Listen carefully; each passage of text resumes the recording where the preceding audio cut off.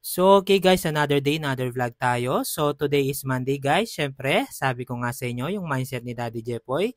Every Monday is another week of my life. So, yan, mahaba-habang linggo na naman to, 7 days. So, we have a 7 days para mag-grind. So, yan, Daddy Jepoy nyo, inuna na ngang nilipat yung mga yelo dun sa freezer. Then, after nga to, ito, yan, yung ano naman, yung mga fast moving drinks ko naman, yan, nilalagay ko sa freezer. Grabe, nagta-times to yung mga benta ko ngayon ng drinks kasi nga sobrang init. So yan, kita nyo naman, Daddy Jepo nyo, nilagay na sa freezer. And after nun guys, yan, coffee break muna tayo. At habang nagko-coffee break ako, napansin ko yung mga ano ko, organizer, wala nang laman na toothpaste. So yan, dali-dali ko nang ginupit ng isa-isa para naman mabilisan lang yung pag-pick natin every time na may bumibili. Kasi ako, pag may bumibili as much as possible, mabilisan lang, hindi sila ganong magantay. So pag hapon, maraming bumibili dito, dalawa o tatlo kami nagtitinda, yung kapatid ko tsaka yung nanay ko. So yan, tuloy-tuloy lang tayo mga kasari, konting tips ko lang yon. Siyempre, yung mga tao medyo ano rin yon, market din yon pag mabilis yung mga galawan natin. So yan guys, 'di ba? After noon, eto naman yung mga mineral ko din yan, yung mga water yan, mabilis din sa akin ngayon yan kasi nga, 'di ba? Sobrang init talaga ng panahon. So yan, dinamihan ko ngayon yung mga stock ko na ganyan. Nagbawas ako ng konti sa alak kasi walang ganong bumibili, mainit.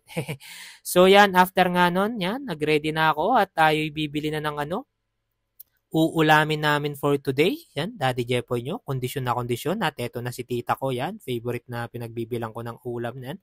So yan yung iluluto namin mamaya. Bali nanay ko na yung magluluto niyan kasi nga eto, Daddy Jepoy nyo, umagang umaga may nag-chat. So may service tayo today guys. Yan, another blessing na naman yan. Thank you Lord.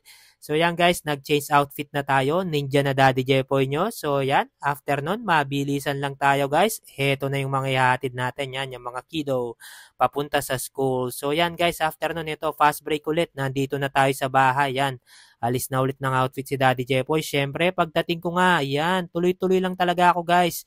Yung mag-ina ko naman, gising na. Ano pa bang gagawin natin? Syempre, prepare na natin yung food ni Mami para good vibe siya. Yan, kasi nga, Monday na ngayon, may pasok na si Mami. So yan, may nanggugulo yung anak ko. So kain na po tayo at kakain na kami. Ito na yung pinakamasarap na part. Yan, lalong sumasarap yung pagkain ko pagkasama ko yung mag-ina ko.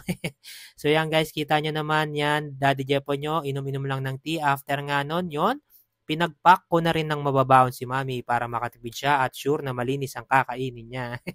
So yan guys, kita nyo naman Daddy Jepo nyo, every Monday talagang good vibes. So kita nyo yan, pakanta-kanta pa ako dyan. Oop, fuminger heart pa talaga. So ito, ihatid ko na si Mami ko. Yan, mabilisan lang yan. Kasi nga, pagdating ko naman sa bahay, ito yung anak ko naman yung ihahatid ko. Grabe, excited na naman siya sa school. So guys, yun lamang po. Maraming salamat sa mga nagpa-follow sa akin tsaka sa mga nagko-comment. Siyempre, hindi mawawala yung finger heart. Waiting game to. Bye-bye. God bless you all po.